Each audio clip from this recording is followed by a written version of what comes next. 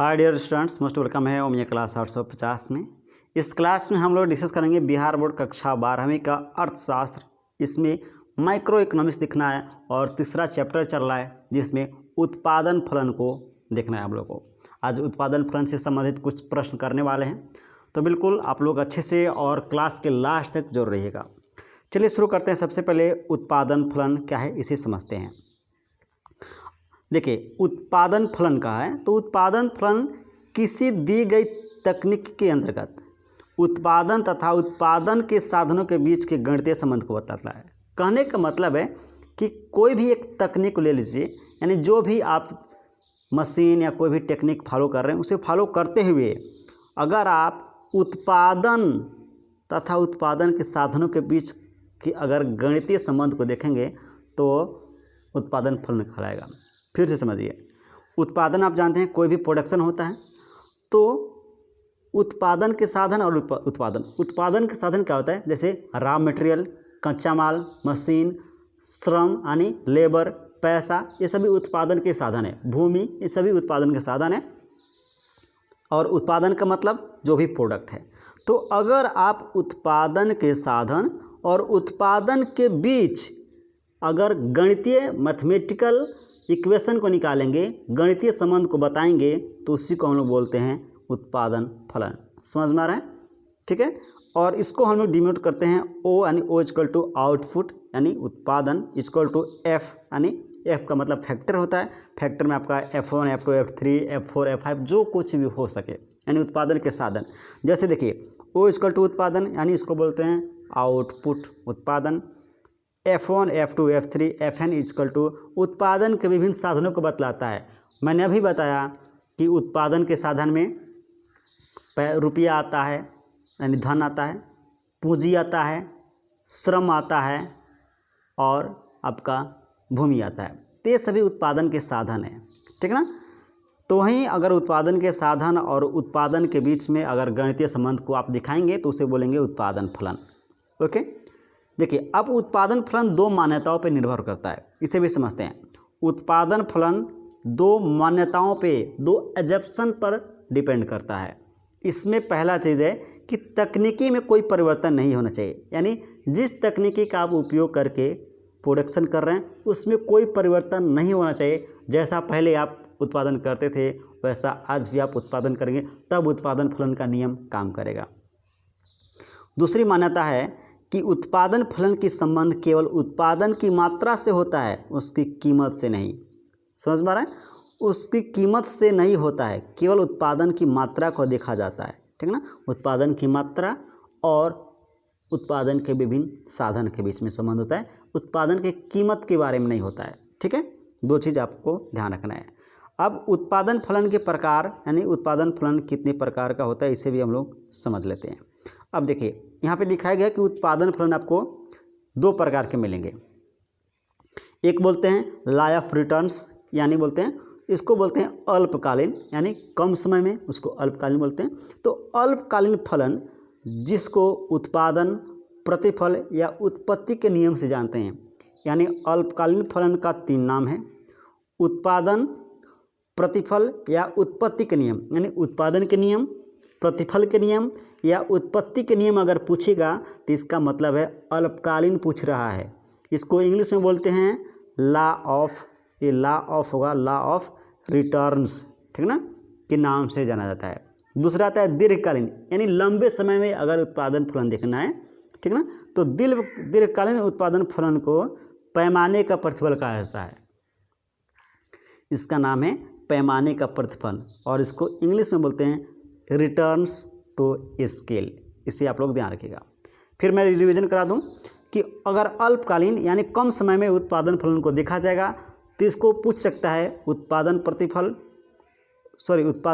फलन या उत्पादन के नियम, प्रतिफल के नियम या उत्पत्ति के नियम। ऐसा पूछेगा तो समझिएगा कि यह रिटर्न जो है यह अल्पकालीन पूछ रहा है या लॉ ऑफ रिटर्न्स है।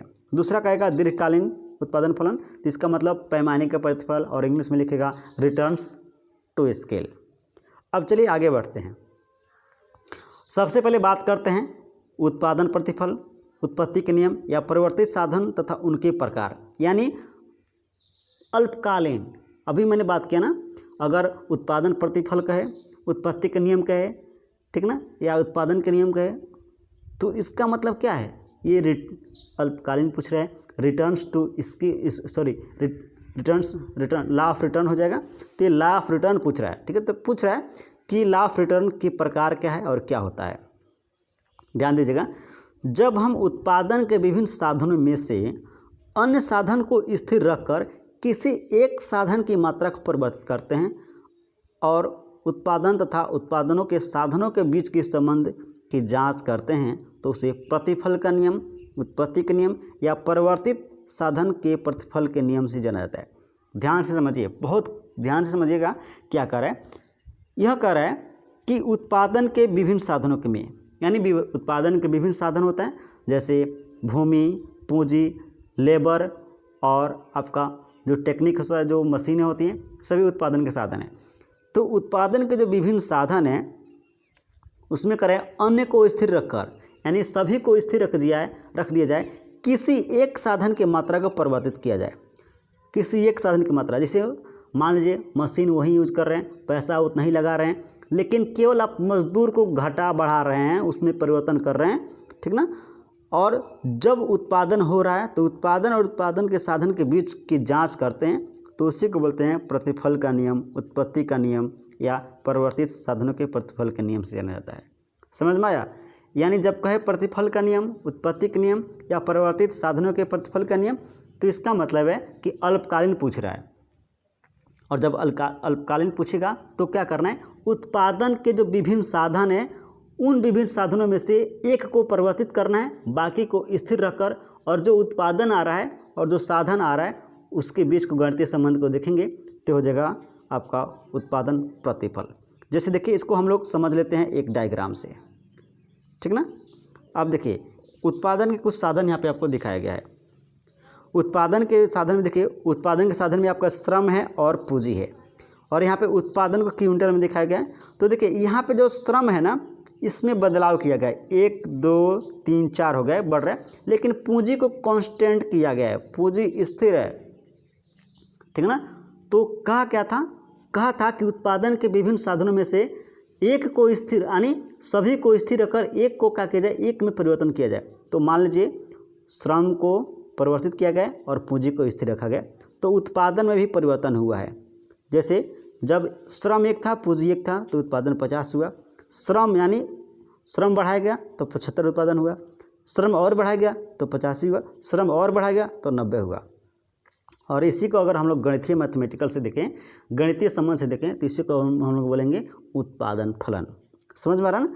यानी उत्पादन के अन्य साधन को स्थिर रखकर एक में परिवर्तन किया जाए। जैसे देखिए, पूंजी को स्थिर रख दिया गया है और एक में परिवर्तन किया गया, और जो उत्पादन हुआ है उसमें भी परिवर्तन मिलता है। तो इसी को अगर दिखाते हैं हम लोग मैथमेटिकल तरीके से, तो इसको उत्पादन फलन कहा जाएगा, ठीक ना। अब देखिए, उत्पादन फलन 3 प्रकार का होता है। कितने प्रकार का होता है? यह 3 प्रकार का होता है उत्पादन फलन। पहला आता है बढ़ते हुए या वर्धमान प्रतिफल का नियम, यानी लॉ ऑफ इंक्रीजिंग रिटर्न्स। अब इसे समझिए, लॉ ऑफ इंक्रीजिंग रिटर्न्स क्या होता है। यानी इस नियम के अंतर्गत जब उत्पादन के अन्य साधन को स्थिर रखकर किसी एक साधन को परिवर्तनशील किया जाता है, तो कुल उत्पादन में बढ़ते हुए दर से वृद्धि होती है, ठीक ना।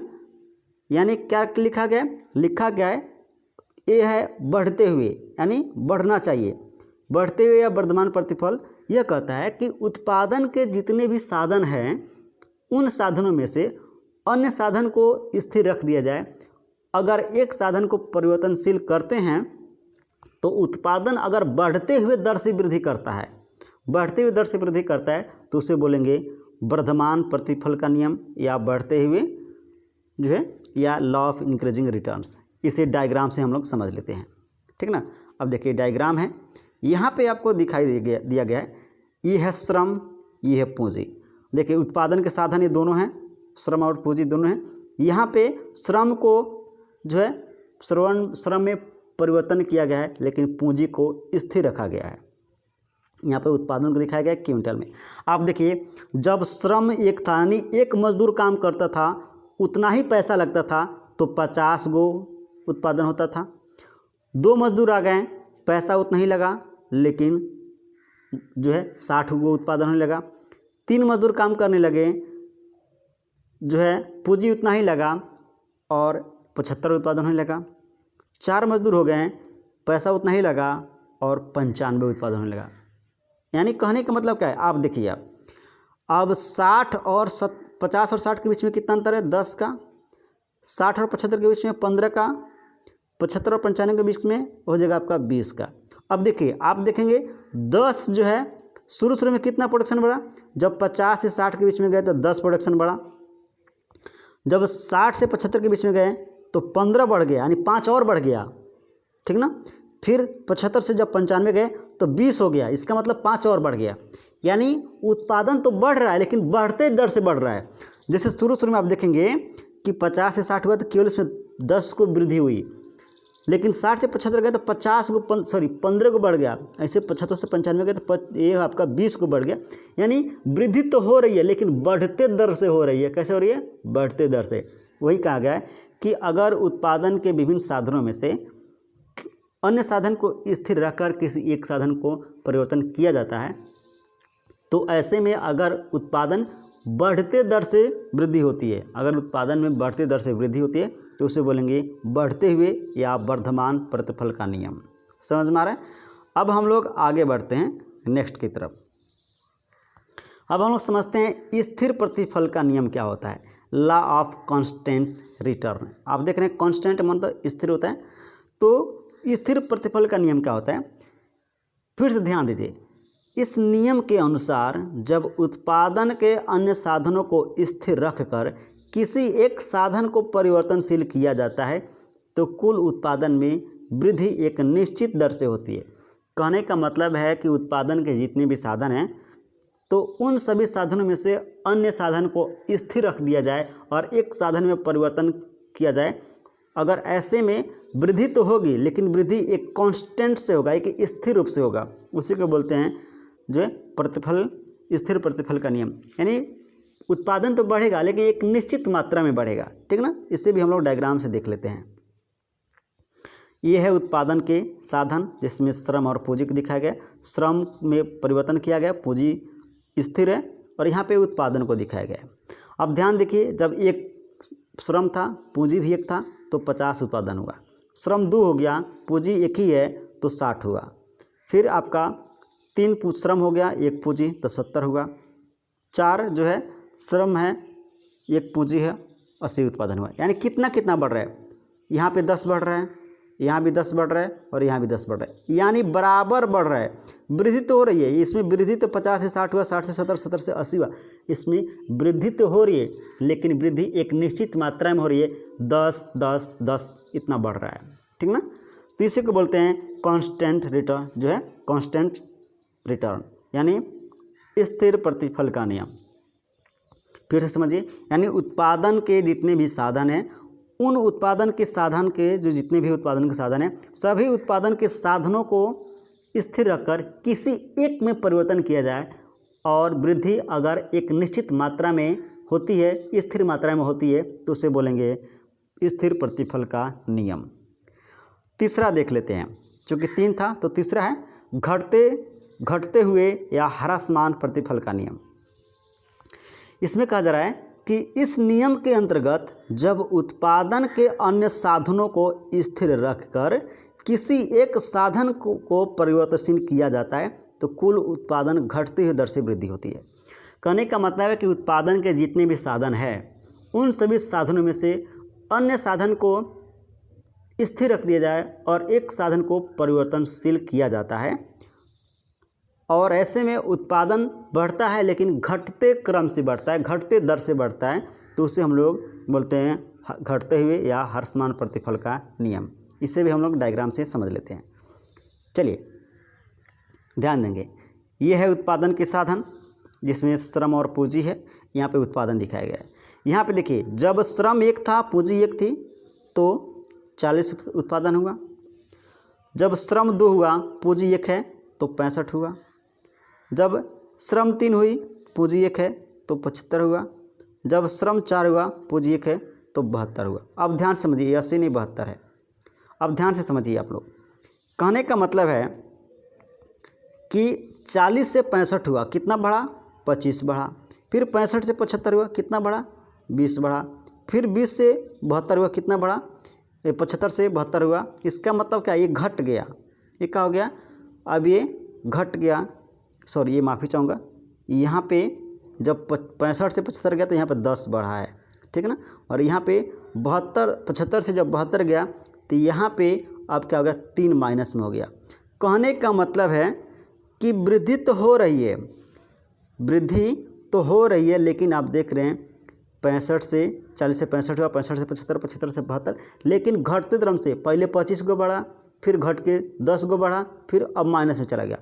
तो कहने का मतलब कि अगर उत्पादन के अन्य साधन को स्थिर रखकर एक साधन को परिवर्तन करते हैं और ऐसे में जो भी उत्पादन में वृद्धि होती है वह घटते दर से होती है, तो इसमें बोलेंगे जो है घटते हुए नियम, ठीक ना।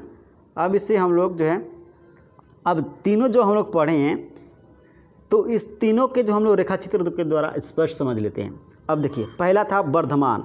वर्धमान का मतलब बढ़ते हुए दर से बढ़ना चाहिए। तो देखिए, यह है सीमांत उत्पादन, ये जो है एक वाई एक्सिस और ये एक्स एक्सिस। यहाँ उत्पादन के विभिन्न साधन को दिखाया गया है और ये उत्पादन को दिखाया गया है। ये उत्पादन के विभिन्न साधन है। अब देखिए यहाँ पे ये जो लाइन आ रहा है यहाँ से यहाँ तक, ये लाइन में क्या दिखाया गया है? ये उत्पत्ति के वृद्धि नियम है। उत्पत्ति के वृद्धि नियम यानी जो भी उत्पादन होगा वह बढ़ते दर से होगा, तो इसका जो लाइन होगा वो ऊपर की तरफ जाएगा। फिर आता है स्थिर उत्पादन। स्थिर उत्पादन का मतलब उत्पादन फलन का मतलब कि निश्चित मात्रा में उत्पादन हो गया। जैसे देखिए इसमें क्या होगा? जो रेखा बनेगा वो एकदम स्ट्रेट बनेगा, सीधा लाइन बनेगा।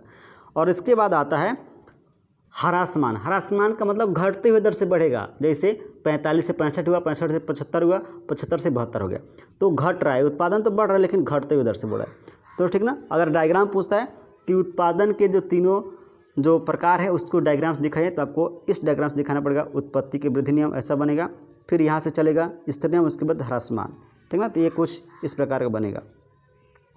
तो इतना पॉइंट हम लोग आज डिस्कस किया। उत्पादन फलन क्या है और उत्पादन फलन के प्रकार कितने प्रकार के होते हैं, इसे हम लोग डिस्कस के लिए नेक्स्ट क्लास में इसके आगे वाला टॉपिक को हम लोग डिस्कस करेंगे। सेशन को लाइक शेयर कर देंगे, अपने फ्रेंड के साथ शेयर कर देंगे। सब चैनल पर नए हैं तो प्लीज़ चैनल को सब्सक्राइब कर लीजिएगा। Thank you.